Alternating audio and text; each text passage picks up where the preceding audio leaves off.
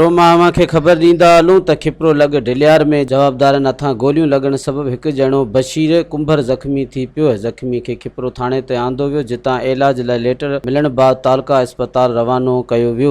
ज़ख़्मी बशीर कुंभर खिपरो थाणे ते सहाफ़ियुनि सां ॻाल्हाईंदे चयो त इसाक जुणेजो जो भुरची आहियां। धणनि जी गैर मौजूदगी में करीम जुणेजो, मोहम्मद खान, बख्श अली, अमानुल्लाह, यूनुस जुणेजो समेत 6 माण्हुनि हमलो करे सख़्त तशद्दुद करण बाद बाअसर करीम जुणेजो टंग में गोली हणी सख़्त ज़ख़्मी करे छॾियो ऐं ओता खे बि बाहि ॾिनी वई, जंहिं सबबु उते ॿधल 4 ॿकरियूं बि बाहि में सड़ी ज़ख़्मी थी पयूं आहिनि ऐं बाद में जवाबदारनि फायरिंग करे 3 ॿकरियूं बि काए विया आहिनि। NIG सिंध समेत DIG शहीद बेनज़ीराबाद SSP सांगड़ खां इंसाफ़ जी घुर कई आहे। मज़ीद ख़बरनि ऐं तफ़सीलात लाइ विज़िट कयो असांजी वेबसाइट www.awamiNewsHD.com ऐं ॾिसंदा रहो अवामी न्यूज़ HD।